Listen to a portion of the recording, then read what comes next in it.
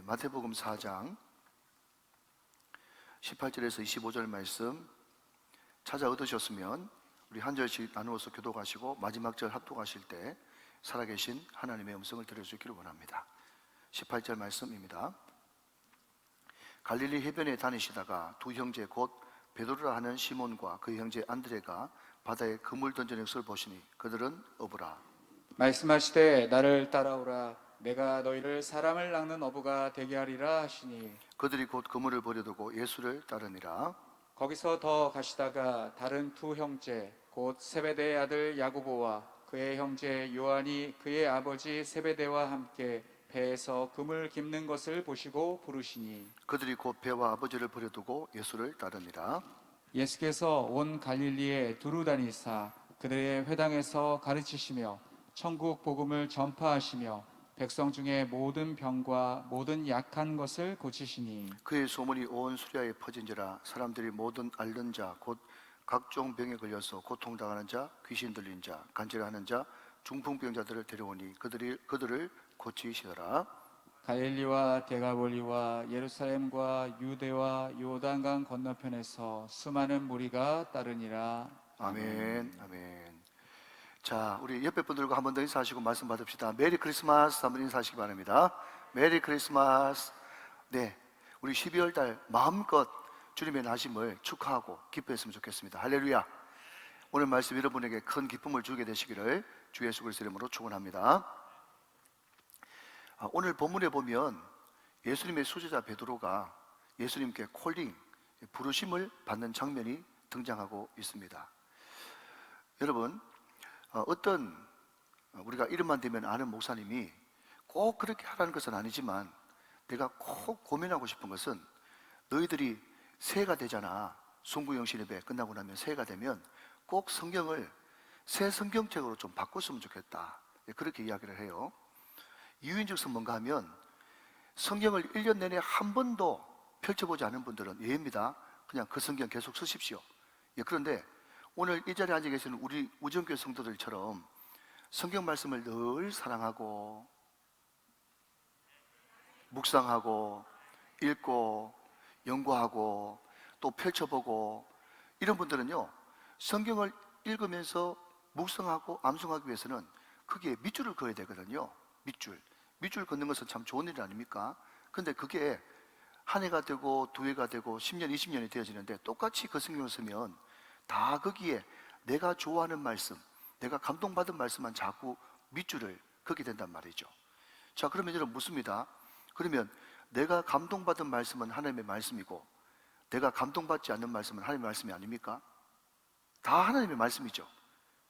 그런데 이게 점점 더 심해지면 어떤 폐해를 입게 되는가 하면요, 예를 들어서 부흥회를 하지 않습니까? 또 주일 말씀을 듣지 않습니까? 여러분, 제가 똑같은 본문으로 특히 사교 같은 설교는 5번 해도 다 내용 다르거든요. 그런데도 사교가 나온다든지 오늘 본문에 베드로가 부름받은 장면이 나온다든지 그러면 그때 그 말씀 들었던 설교 아는 말씀 이렇게 생각하면서 그냥 말씀을 선입견과 편견을 가지고 그냥 귓등으로 듣고 넘어갈 때가 많단 말이죠. 여러분, 절대로 그런 사람에게 성령께서 말씀하지 않거든요. 그러니까 아는 본문일수록 더 집중하고 선입견과 편견을 버려버리고 이 말씀 자체에 또 다른 기대감을 가지면서 말씀을 들을 필요가 있단 말이죠. 이해가 되시면 아멘. 그래서 사랑하신 여러분, 제가 성서 공회에서 성경 팔러 온 사람도 아니고 제가 성경사라고 여러분에게 강요를 하는 건 아닙니다. 그럼에도 불구하고 성경을 사실 형편이 안 되신다면 똑같은 본문 너무 잘하는 본문이 나와도 더 기대하는 마음으로 편견과 선입견을 버려버리고 기대하는 마음을 가지고 말씀을 들으시라. 그 말씀을 드리고 싶은 것입니다. 이해가 되시면 아멘. 자, 여러분, 제가 좀 전에 말씀드린 것 같이 오늘 본문이 예수님의 수제자 베드로가 하나님 앞에 콜링, 부름받는 장면이 나오는데, 자, 그러면 여러분 묻습니다. 혹시 모르시는 분들을 위해서 오늘 베드로가 여기서 한 번 부름받았습니까? 아니면 또 한 번 더 부름받은 곳이 있습니까? 어디죠? 전자입니까? 후자입니까? 후자입니다. 여러분, 보통 이 베드로의 부르심에 대해서 요한복음 1장하고 마태복음 4장은 내용은 다르지만 같은 사건으로 학자들이 치부를 합니다. 자, 여러분 한번 확인해 보겠습니다. 앞에 띄워주시죠. 요한복음 1장 40절에서 42절 말씀 제가 봅니다. 요한의 말을 듣고 예수를 따르는 두 사람 중에 하나는 시몬 베드로의 형제 안드레라. 41절, 그가 먼저 자기의 형제 시몬을 찾아 말하되 우리가 메시아를 만났다 하고, 메시아는 번역하면 그리스도라. 데리고 예수께로 오니 예수께서 보시고 이르시되 내가 요한의 아들 시몬이니 장차 게바하리라 하시리라. 게바는 번역하면 베드로다 그랬어요. 그러니까 여러분, 요한복음 1장에 자기 형제 안드레를 통해서 예수님을 만나는 장면이 등장하죠. 근데 이 요한복음 1장 40절에서 42절 사건하고 오늘 지금 우리가 살펴보고 있는 마태복음 4장 이 사건하고 내용은 다르지만 관점에 따라서 같은 사건으로 보는 것입니다. 이때 베드로는 이미 예수님을 한번 만났어요. 그죠? 그런데 여러분, 우리가 잘 아는 누가복음 5장 1절부터 10절 말씀에 보면 거기 또 예수님이 베드로를 만난 장면이 나오거든요. 그때 많은 무리들이 있었는데 그 무리들에게 예수님께서 말씀을 전하시려고 베드로의 배에 올라탑니다. 그리고 하는 말이 육지에서 좀 떼기를 청했다, 그렇게 이야기를 하고 있죠. 자, 여러분, 성경은 상식을 굉장히 존중하는 책입니다. 여러분, 상상력을 한번 발휘해 보시고 상식을 한번 동원하셔서, 우리 예수님이 그렇게 젠틀하시고 인격적인 분이신데 베드로와는 일면식도 없습니다. 그런데 베드로한테 좀 타도 되겠냐, 양해도 안 구하고 풀쩍 거기에 뛰어오를 리가 있습니까? 없죠. 그러니까 누가복음 5장에는요 당연히 예수님이 베드로를 알고 있었던 거예요. 이미 요한복음 1장 같은 사건 마태복음 4장에서 예수님이 베드로를 불렀고 서로 교류가 있었던 상태니까 베드로의 배에 풀쩍 뛰어 오를 수 있었던 것입니다. 또 하나 근거는 오늘 여러분 성경 말씀 제가 준비를 못했습니다만은 마태복음 4장에 보니까 거기에 뭐라고 되는가 하면 18절 말씀에 중반절에 그의 형제 안드레가 바다에 그물을 던지는 것을 보시니, 자, 마태복음에는 지금 베드로와 그 형제 안드레가 그물을 던졌어요. 그죠? 던지고 있어요. 그런데 누가복음 5장에 보면 어떤 내용이 나오죠? 그물을 던졌어요. 이제 일 다 마치고 그물을 씻었어요. 그물을 씻었더라 그렇게 되어 있거든요. 그러니까 이거는 완전히 날도 다르고 시도 다른 거예요. 그러니까 마태복음 4장하고 누가복음 5장하고는 완전히 별개의 사건입니다. 그러니 여러분, 엄밀하게 얘기하자면 베드로는 2번 예수님께 콜링, 부르심을 받은 거예요. 더 엄밀하게 얘기하자면 3번이죠. 또 언제 또 한 번 더 부르심을 받습니까? 요한복음 21장에 요한의 아들 시몬아 내가 너를 사랑하느냐, 그때 예수님께서 부활하신 이후에 또 찾아가셨죠. 그러니까 베드로는 3번 주님 앞에 부름받은 것입니다. 자, 그러면 제가 여러분 이 서두에 여러분에게 던지고 싶은 적용 및 질문은 뭔가 하면, 그러면 베드로가 요한복음 1장 마태복음 4장 그때 분명히 부름을 받고 모든 것을 버려두고 주님을 따랐는데 왜 다시 베드로는 업으로 돌아가서 밤새도록 고기를 잡는 그 수고를 했을까 하는 것입니다. 그런데 여러분, 많은 학자들이 단서를 주기를 예수님의 12사도 가운데 유일하게 가정이 있었던 사람이 누구예요? 베드로란 말이죠. 여러분, 제가 신학교 갔었을 때 많은 동료들이 있었는데 제일 처음에 신학교 오니까 얼마나 은혜롭습니까? 선제동산에서 늘 찬양 부르죠. 하나님에 대해서 배우죠. 옆에 있는 사람 다 성자 같죠. 그런데 좀 지나고 나면 말이죠, 자기는 직장생활 잘하면서 잘 나가다가 하나님의 뚜렷한 소명을 받아가지고 신학교에 들어와서 전사가 됐는데, 자기 부인 되는 분은 그냥 직장 잘 다니는 엘리트 청년하고 결혼했지 전사하고 결혼한 적이 꿈에도 한 번도 없어. 그런데 어느 순간 남편이 소명받아가지고 신학교 가니까 전사 사모가 됐어.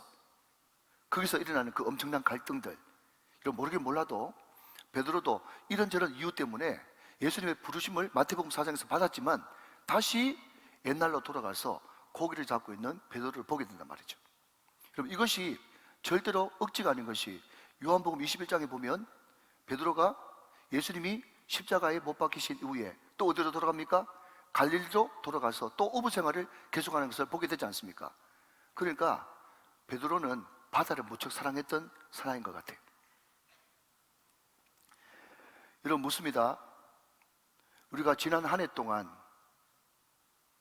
12월 달을 보냈습니다. 코로나 3년이라고 하는 세월을 보냈습니다.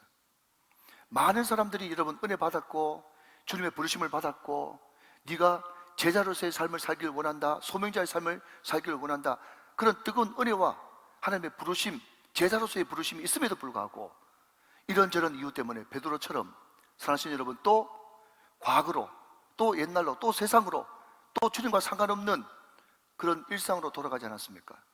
오늘 이 아침에 이 귀한 말씀을 들으면서 다시 한 번 더 주님께 부르심을 받고 제자로, 보냄을 받은 사람, 사도로, 주님의 일꾼으로 돌아올 수 있는 복된 주일이 되시기를 주 예수 그리스도의 이름으로 축원합니다. 축복합니다. 자, 요한복음 14장 12절 말씀에 보니까 이렇게 이야기하고 있습니다. 내가 하는 일을 그도 할 것이요 또한 그보다 더 큰 일도 하리라. 제가 제일 좋아하는 말씀 중에 하나입니다. 여러분 예수님께서 베드로를 왜 3번이나 찾아가셔서 또 부르시고 또 부르시고 또 부르시고 하셨겠습니까? 물론 우리 예수님께서 베드로를 사랑하시고 베드로와 함께 있고 싶으셨겠죠? 또 하나의 이유가 있다면 우리 예수님께서 이제 십자가에 못 박히시고 부활하시고 이제 하늘 보좌로 승천하셔야 되는데 승천하기 전에 사랑하는 제자 베드로에게 오늘 요한복음 14장 12절에 있는 말씀처럼 내가 한 일을 너도 할 것이요 이보다 더 큰 일도 네가 해줬으면 좋겠다 라고 하는 이 사명과 소명을 맡기기 위해서 예수님이 또 부르신 것은 아니겠습니까? 여러분 한때 성경 다음으로 많이 팔린 책이 찰스 쉴든이라고 하는 목사님이 쓴 예수님이라면 어떻게 하실까라고 하는 책이 있어요. 여러분 그 책이 보면요 책 제목에서도 알 수 있듯이 예수님이 만약에 신문사 사장이라면, 예수님이 공장장이었다면, 예수님이 교수였다면, 선생님이었다면, 예술가였다면, 예수님이 목사님이었다면 어떻게 했을까? 그 내용을 쭉 적고 있어요. 제가 고등학교 2학년 때 그 책을 읽었는데 제가 그 책을 읽을 때는 믿음이 없어가지고 아이고 이 말이 무슨 말인지 알긴 알겠는데 나는 절대로 이렇게 못 산대, 어떻게 사람이 예수님처럼 사노? 그렇게 생각하면서 너무 어마무시한 책이더라고요. 내용이 이대로 살면 딱 망하기 좋은 책이에요. 그런데 믿음이 들어가고 성령 충만함을 받고 예수님을 점점 닮아가는, 예수님을 아는 삶이 되어지니까요 당연하지, 내가 그렇게 못 사는 것을 회개해야 되지, 이렇게 사는 것이 당연해, 그런 생각이 들더라는 것입니다. 사랑하는 여러분, 우리 예수님께서 여러분들에게 이 시간 말씀하고 있습니다. 내가 너희들을 왜 부르는 줄 아니? 물론 너희들을 구원하기 위해서야. 내가 너희들과 임마누엘 함께 있고 싶어서 그래. 그러나 그럼에도 불구하고 이 땅에 아직까지 죽어가는 영혼들이 너무너무 많아. 그 영혼들을 위해서 내가 한 일을 너희도 할 것이요 이보다 더 큰 일도 하리라. 이런 기대감을 가지고 저와 여러분을 불렀다는 것입니다. 저는 오늘 이 말씀을 통해서 만약에 예수님이 우리 우정교회 담임 목사였다면, 예수님이 만약에 우리 교회 장로님이요 집사님이요 권사님이요 제기였다면 어떻게 신앙생활하고 어떤 자세와 태도로 교회를 섬겼을까? 그 이야기를 좀 나누고 싶은 것입니다.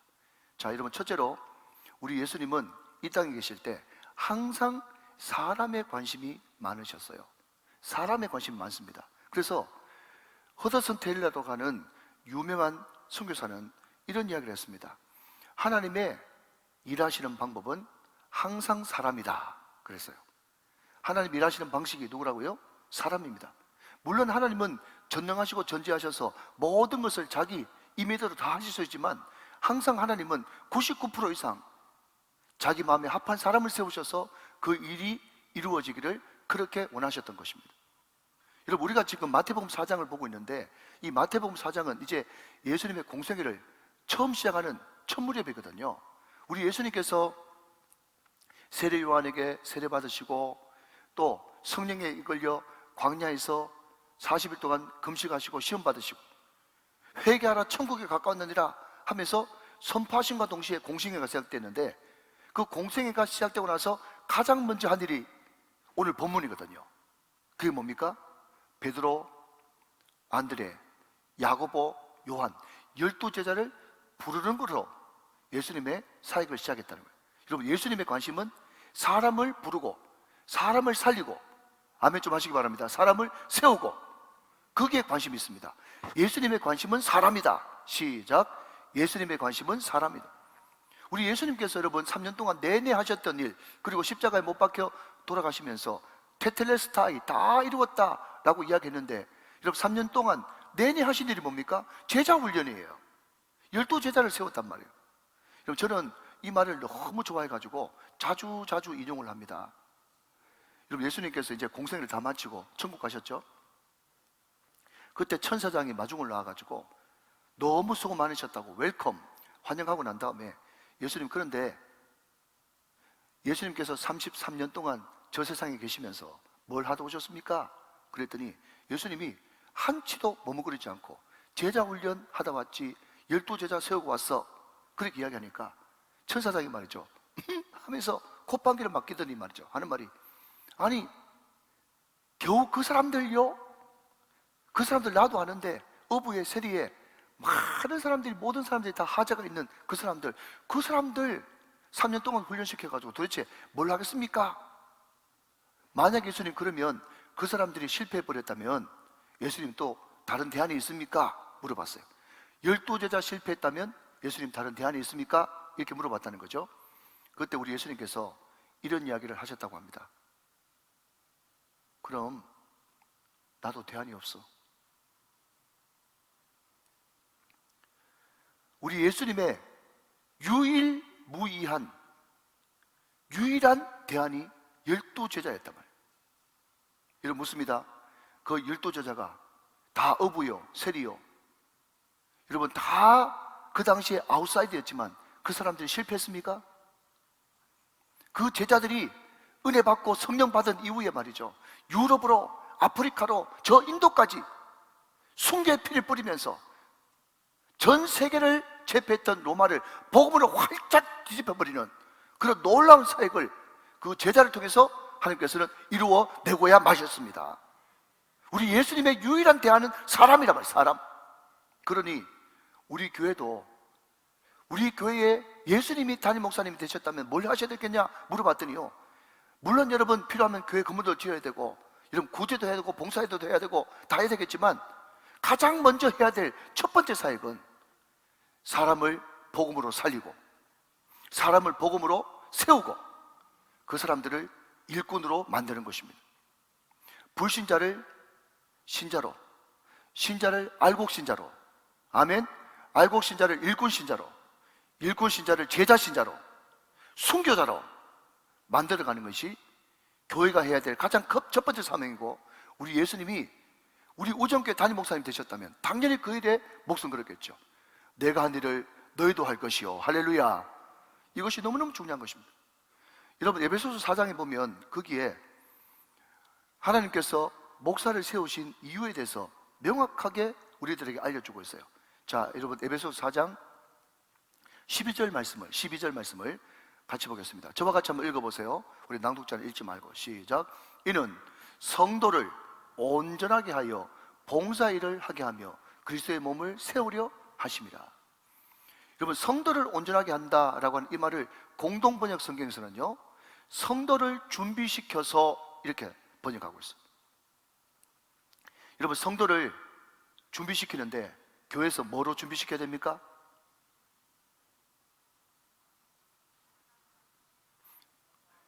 뭐로 준비시켜야 된다고요? 333. 이것을 여러분 다른 말로 바꾸면 말기찬 전,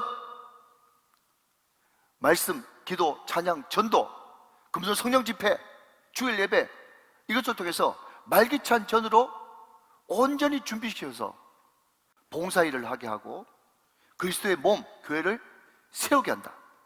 그러니까 여러분, 목사가 할 일은요, 성도를 준비시키는 일이다, 그겁니다.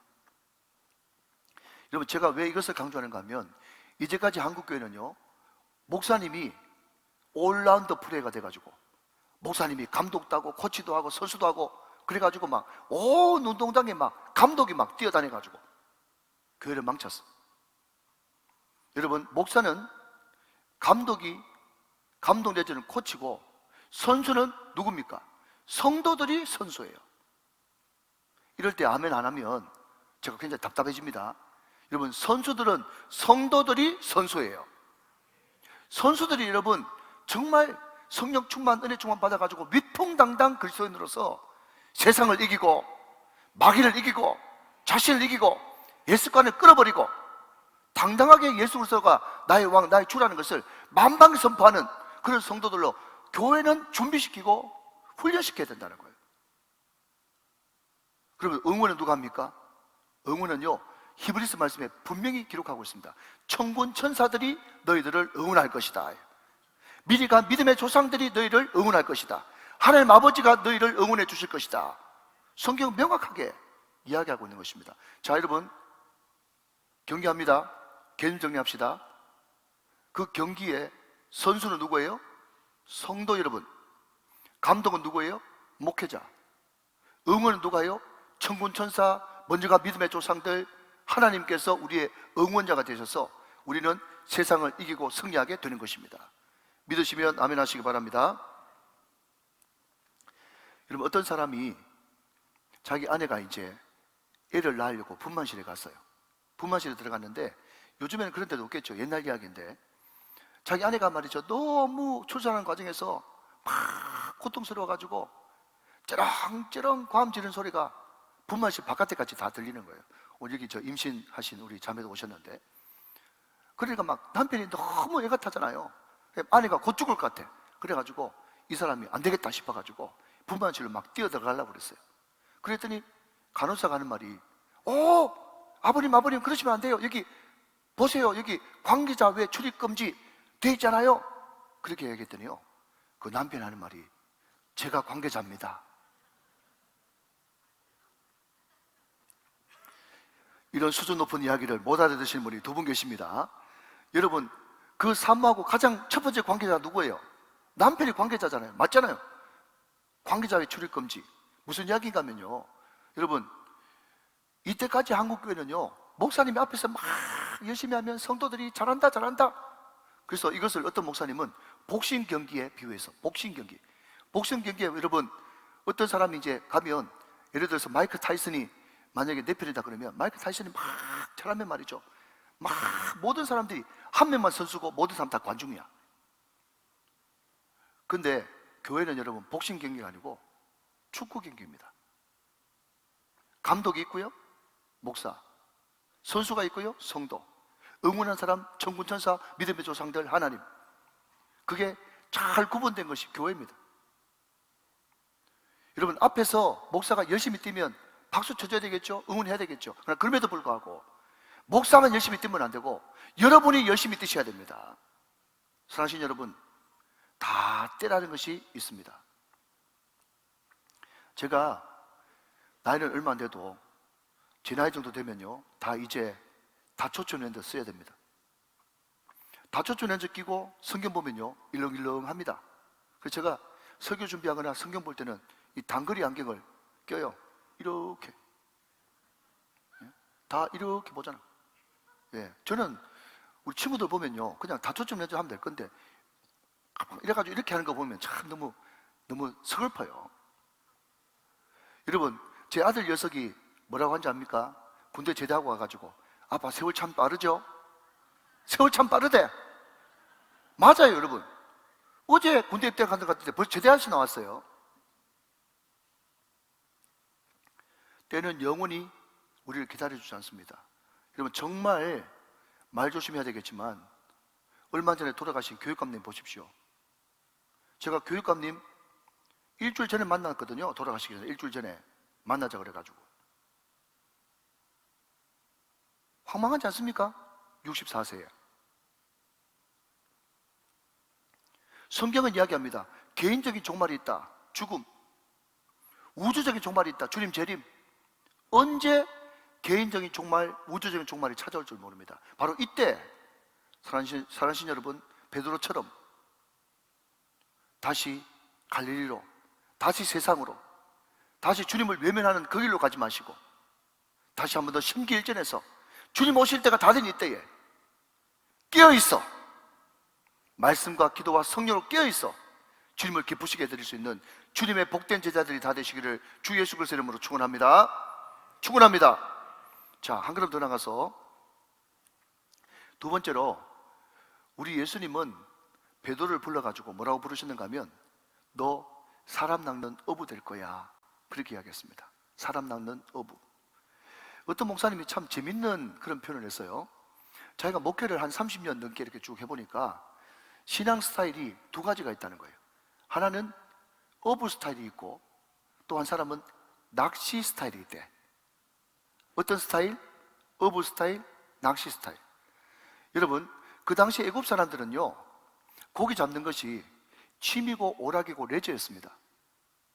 그냥 낚시는요, 고기 잡혀도 그만, 안 잡혀도 그만이에요. 그렇죠? 잡히면 즐거운 거고, 제가 말씀드렸잖아요.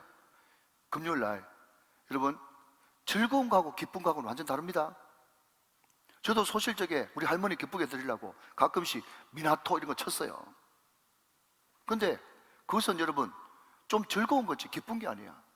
즐거움과 기쁨은 의미는 다릅니다. 여러분, 레저는 아무리 자기가 즐겨도 즐거움이지 기쁨이 될 수가 없어요.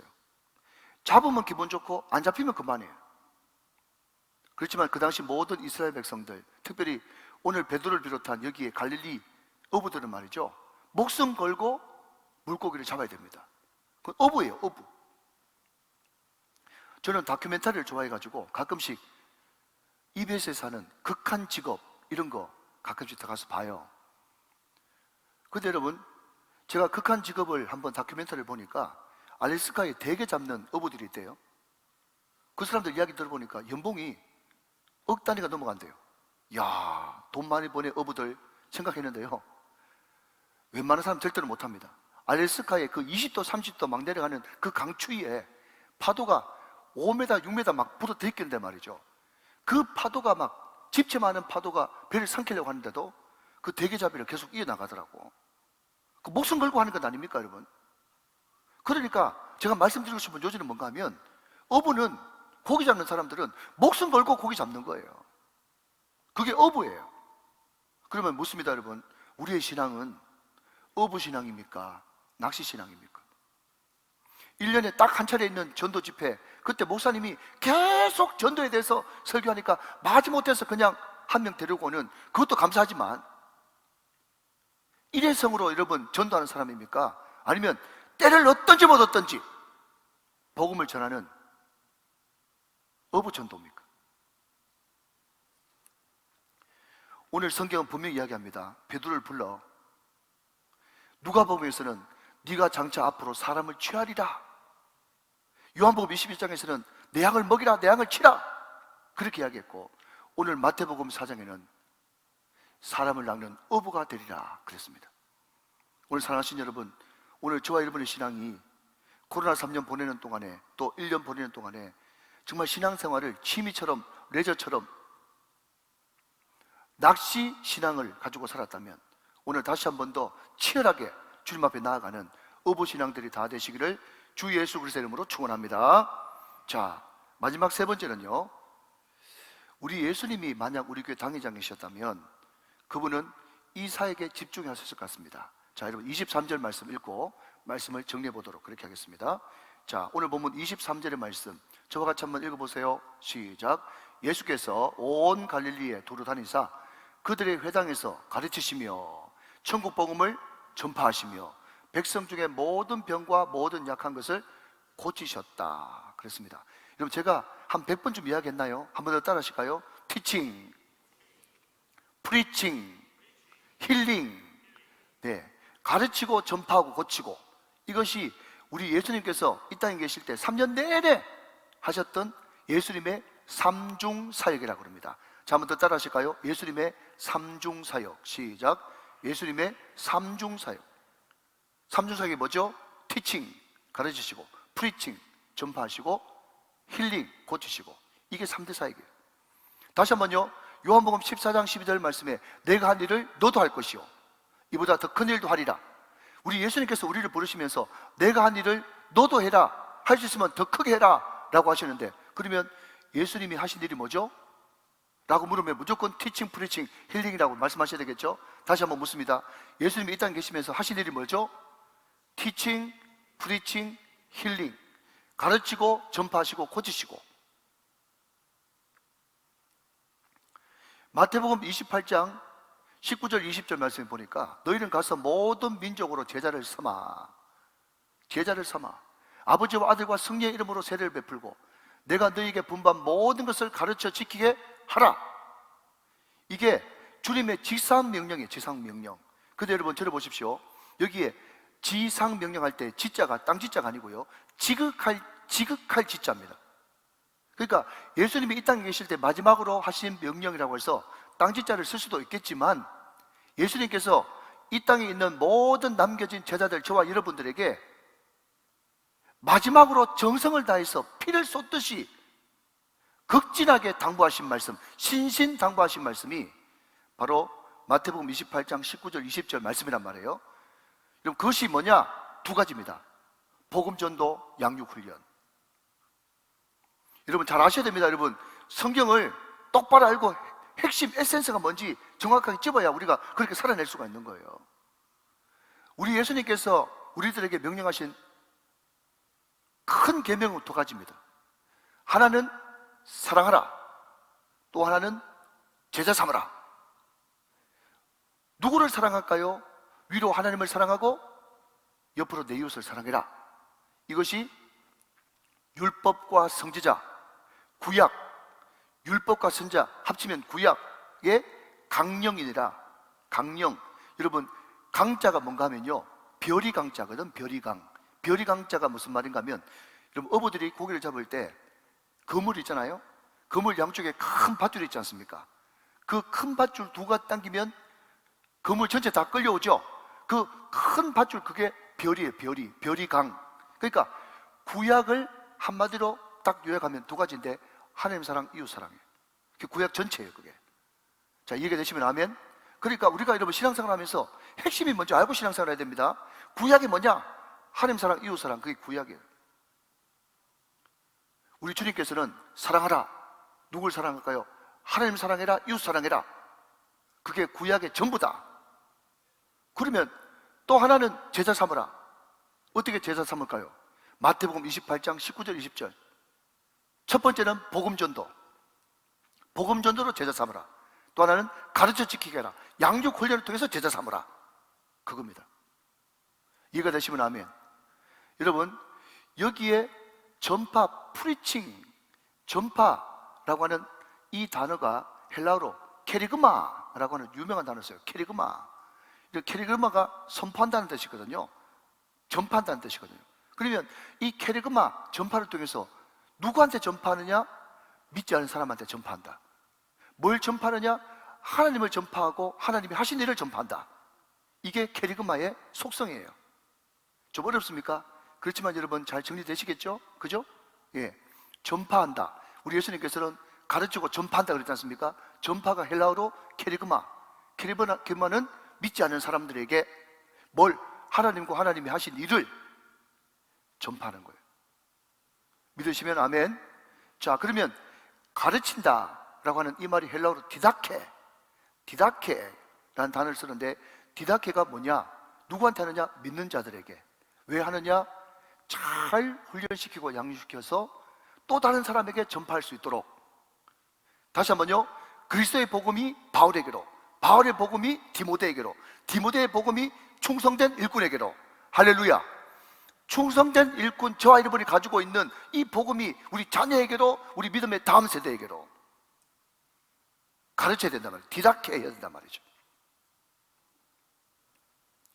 자, 여러분 마지막으로 우리 예수님께서는 힐링, 고치셨어요.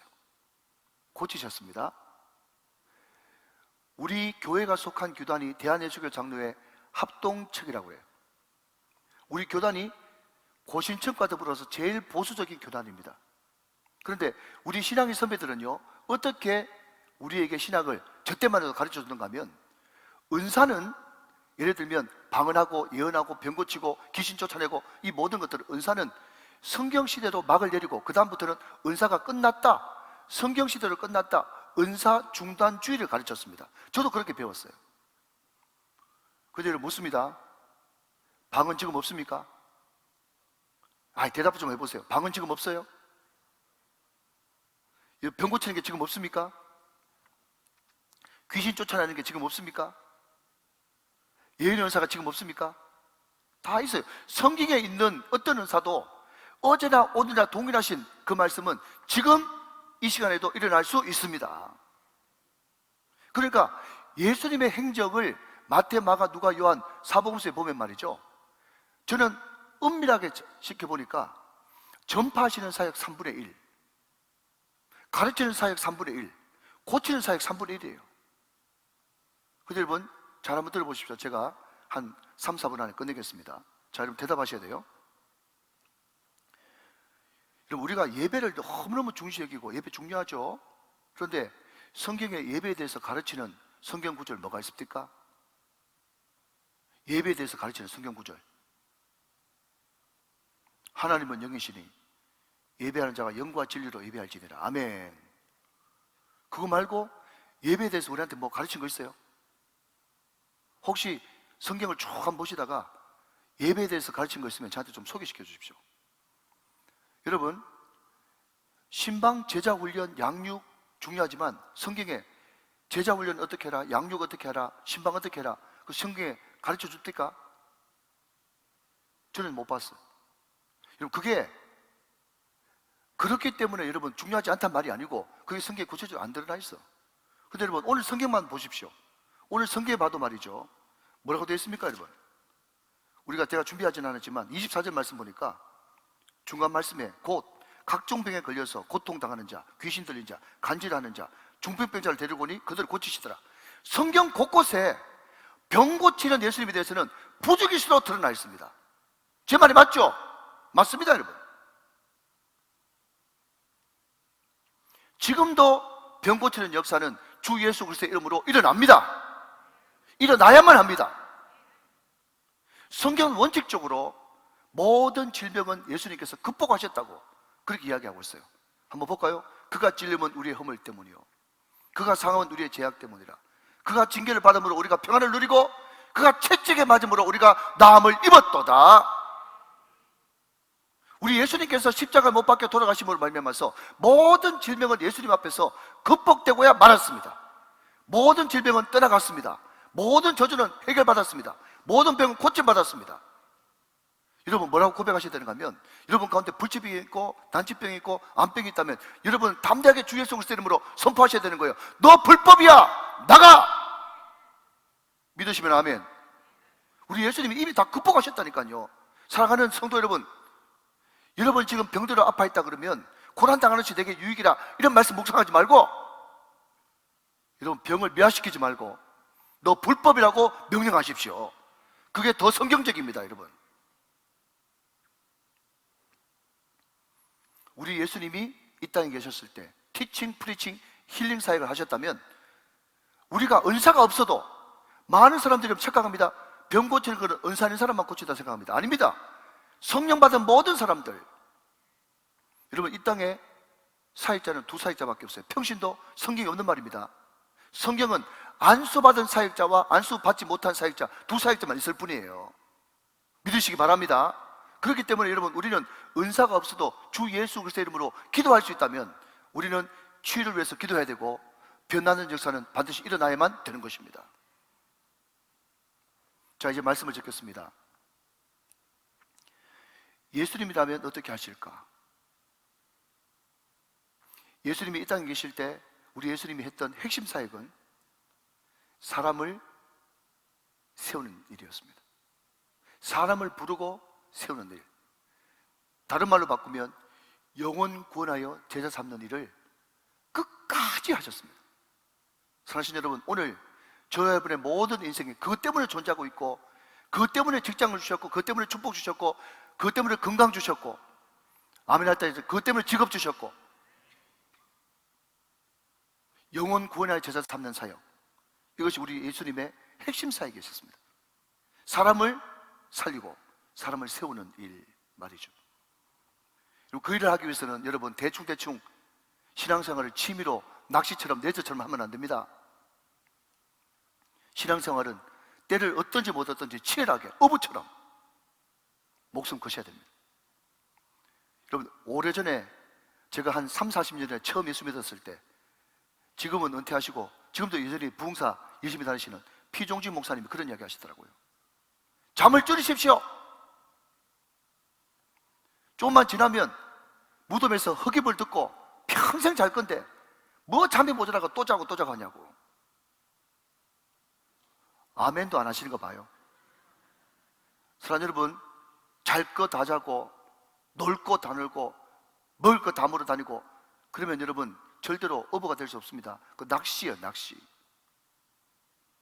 마지막 세 번째, 우리 예수님은 이 땅에 계실 때 뭘 하셨다? 티칭, 프리칭, 힐링 하셨다. 그래서 집사님 직장 가서 뭐 하시겠어요? 물어보면 여러분은 망설이지 말고 티칭, 프리칭, 힐링 하겠습니다. 그렇게 말씀하셔야 돼요. 근데 여러분 거기에 티칭, 프리칭, 힐링의 관로에 생략된 게 있습니다. 그게 뭔가 하면 말씀으로 가르치고 말씀으로 고치고 말씀으로 선포하는 것입니다. 그러기 위해서는 말씀을 부지런히 양육받으셔야 되는 것이에요.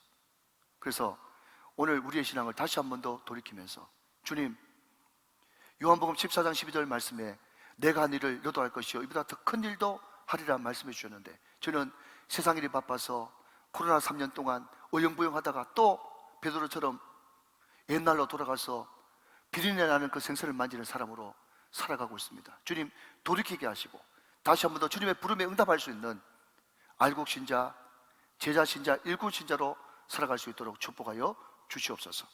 오늘 저와 여러분의 간절한 이 주일에 기도 제목이 되시기를 주 예수 그리스도의 이름으로 축원합니다. 축복합니다. 축원합니다.